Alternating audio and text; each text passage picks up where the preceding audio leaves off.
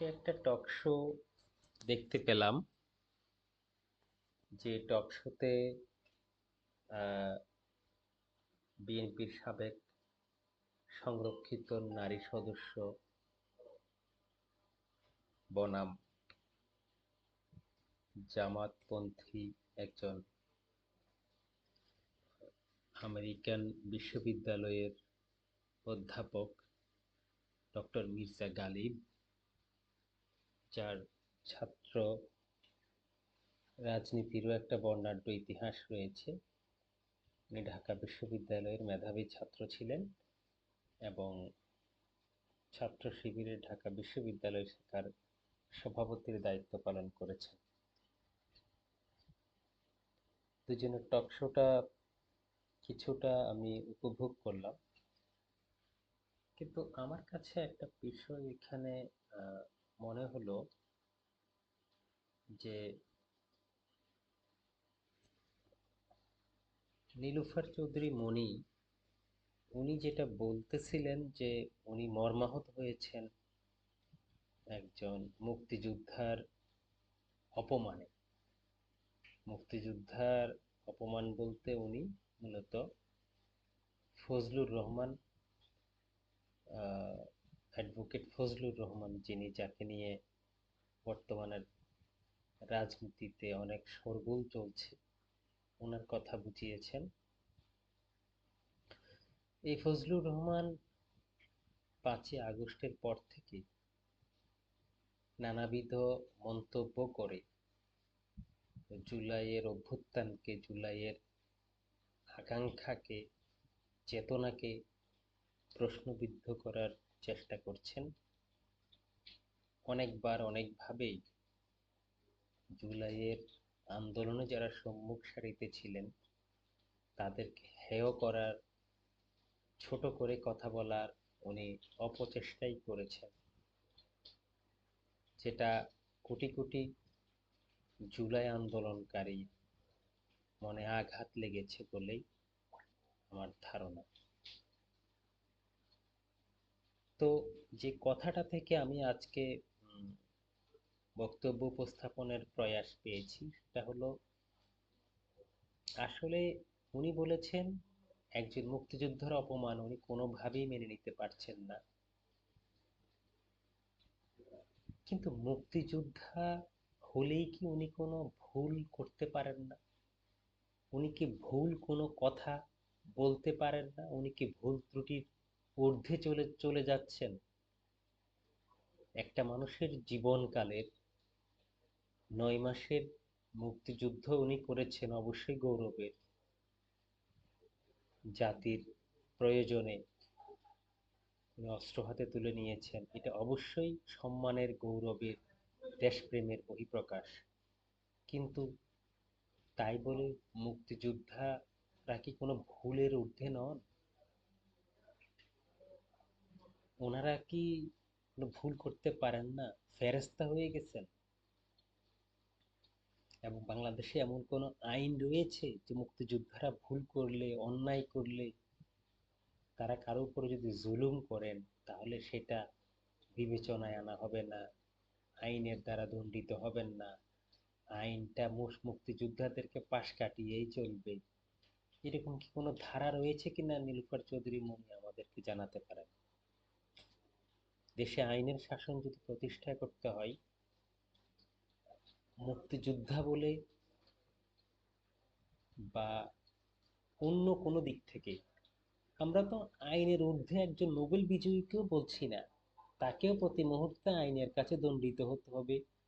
তাকেও ৬ তালা ৭ তালা আমরা হেঁটে হেঁটে উঠিয়েছি, তাকেও দণ্ড দেওয়ার চেষ্টা করা হয়েছে। নোবেল বিজয়ী হয়ে তাকে তো আমরা ছেড়ে কথা বলিনি, তাই না? এই দেশেরই তো মানুষ যারা তার দণ্ডর রায় লিখেছে, তাকে শুনানিতে অংশগ্রহণ করিয়েছে, এটা আমাদের মতোই বাংলাদেশেরই মানুষ। যাই হোক, যে কথা বলছিলাম, মুক্তিযোদ্ধা ছিলেন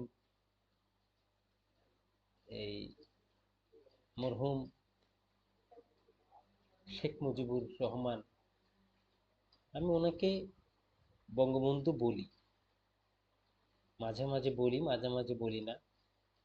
কথা প্রসঙ্গে যখন আমার এটা এমন কোনো না যে এটা বলতেই হবে, আবার আমি মাঝে মাঝে বলি। বঙ্গবন্ধু যখন ওনার ভালো কোনো কিছু দিক আমার মনে পড়ে যেটা বলার মতো, সে তখন আমি ওনাকে বঙ্গবন্ধু হিসাবেই সম্বোধন করি। আবার ওনার অনেক নেগেটিভ চরিত্র রয়েছেন যেগুলোর জন্য ইতিহাস ওনাকে ক্ষমা করেনি। আমরা হয়তো তাকে তারকাজ্জ্বল একটা খ্যাতি দিয়ে, খেতাব দিয়ে রাখার চেষ্টা করতে পারি, করেছি। শত শত কোটি টাকা খরচ করে তার জন্মদিন পালন, জন্মশতবার্ষিকী পালন আমরা দেখেছি এই বাংলায়। কিন্তু সেগুলো ভালো ফল বইয়ে আনেনি। কারণ ইতিহাস তার আপন রাস্তায় হেঁটে যায়। ইতিহাস মানুষ খুঁজে নেয়। এই তরুণ প্রজন্মরাই আন্দোলন করেছে। এই তরুণ প্রজন্মরাই তার বিরুদ্ধে কথা বলেছে। তার আহ, যেটা পাওনা সেটা তাকে দিয়ে দিয়েছে। তাকে একাত্তরের আগের বঙ্গবন্ধু হিসেবে তাকে সম্মান জানিয়েছে, এবং একাত্তরের 16 ডিসেম্বরের পরে 72 থেকে 75-এর একজন রাষ্ট্রপতি, একজন প্রধানমন্ত্রী মুজিবকে যতটুকু দেওয়ার তার প্রাপ্য তারা বুঝিয়ে দিয়েছে। এটাই বাস্তবতা। আবার সেই মুজিবকে যারা হত্যা করেছে তারা প্রত্যেকেই মুক্তিযোদ্ধা ছিলেন। এটাও আমাদের ভুলে গেলে চলবে না। প্রত্যেকেই মুক্তিযোদ্ধা ছিলেন, খেতাবধারী মুক্তিযোদ্ধা, এবং ওনার ক্ষমতায় থাকাকালে ওনার দ্বারা স্বীকৃত খেতাবধারী মুক্তিযোদ্ধা। কর্নেল ফারুক রশিদ, মেজর ডালিম থেকে শুরু করে সবাই মুক্তিযোদ্ধা ছিলেন। তো কই আমরা তো সেই মুক্তিযোদ্ধাদেরকে তো আমরা ছেড়ে কথা বলিনি। তাদেরকে তো মব সৃষ্টি করাও হয়েছে তাদের নামে, এখনো হচ্ছে। তাদের দণ্ড কার্যকর করার পরে সেই মাটি বাংলায় হবে না, মব সৃষ্টি করে করে দেয়া হয়েছে। মাটি নাকি তা হবে না। তো কি করা হবে এই লাশে? আমরা এই ধরনের হিংস্র জঙ্গিপনাও তো দেখেছি বিগত আমলে। একজন মৃত ব্যক্তির উপরে কিসের ঘৃণা? ঘৃণা প্রকাশ করেই বা কি হবে?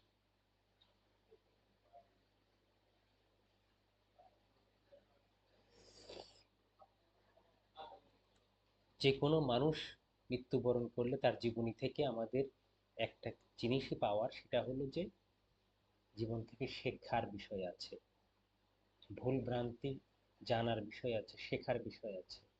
কিন্তু সেই মৃত ব্যক্তির লাশের সাথে ঘৃণা প্রকাশ করা এটা মানবিক নয়। এটা চরম অমানবিক একটা কাজ। তো আমরা শত শত মুক্তিযোদ্ধার কথা আবার বলতে পারি, যারা কিনা, যাদের জন্য মুক্তিযুদ্ধকে হয়তো এই দেশের নতুন প্রজন্ম ভুলভাবে উপস্থাপিত হওয়ার একটা সমূহ সম্ভাবনা থেকে যায়। হ্যাঁ, এমন হাজারো মুক্তিযোদ্ধা রয়েছেন। আমার চাচা একজন মুক্তিযোদ্ধা, মুক্তিযুদ্ধের সার্টিফিকেট গ্রহণ করেননি, কোনো ভাতা গ্রহণ করেননি, কিন্তু আমার উপজেলায় সবাই জানে উনি একজন মুক্তিযোদ্ধা। উনি রণাঙ্গনের মুক্তিযোদ্ধা, একাত্তরের যুবক, টগবগে যুবক, রাতের আধারে চলে গিয়েছে ভারতে ট্রেনিং নেয়ার জন্য। আমার পরিবারে একাধিক মুক্তিযোদ্ধা রয়েছে। মুক্তিযোদ্ধা যারা দেশে কোনো প্লট, পাকিস্তানিদের রেখে যাওয়ার সম্পত্তি দখল করে বড়লোক হওয়া, যারা স্বপ্ন দেখেছে, যারা করেছে, তারা মুক্তিযুদ্ধের আদর্শের সাথে বেইমানি করেছে, চেতনার সাথে গাদ্দারি করেছে। তাদের জন্যই মুক্তিযুদ্ধ, মুক্তিযোদ্ধা ও তার মহান ইতিহাস ভুলুণ্ঠিত হয়েছে। আমরা এগুলো থেকে শিক্ষা গ্রহণ করতে পারি। কোনো কিছুই ভুল ত্রুটির ঊর্ধ্বে নয়, এবং প্রত্যেক মুক্তিযোদ্ধাকেও মরতে হবে। অন্যের সম্পদ ভক্ষণ করা, যে সকল মুক্তিযোদ্ধার নামে অপবাদ রয়েছে, তারা এই জাতির, যারা শহীদ হয়েছে যুদ্ধে হাজারো মা বোন ইজ্জত হারিয়েছে তাদের আত্মার কাছে। আপনারা বেইমানি করেছেন, আপনাদেরকে এর জবাব দুনিয়া ও আখেরাতে দুই জায়গায় দিতে হবে। সবাই ভালো থাকবেন। আজকের মতো বিদায়। আসসালামু আলাইকুম।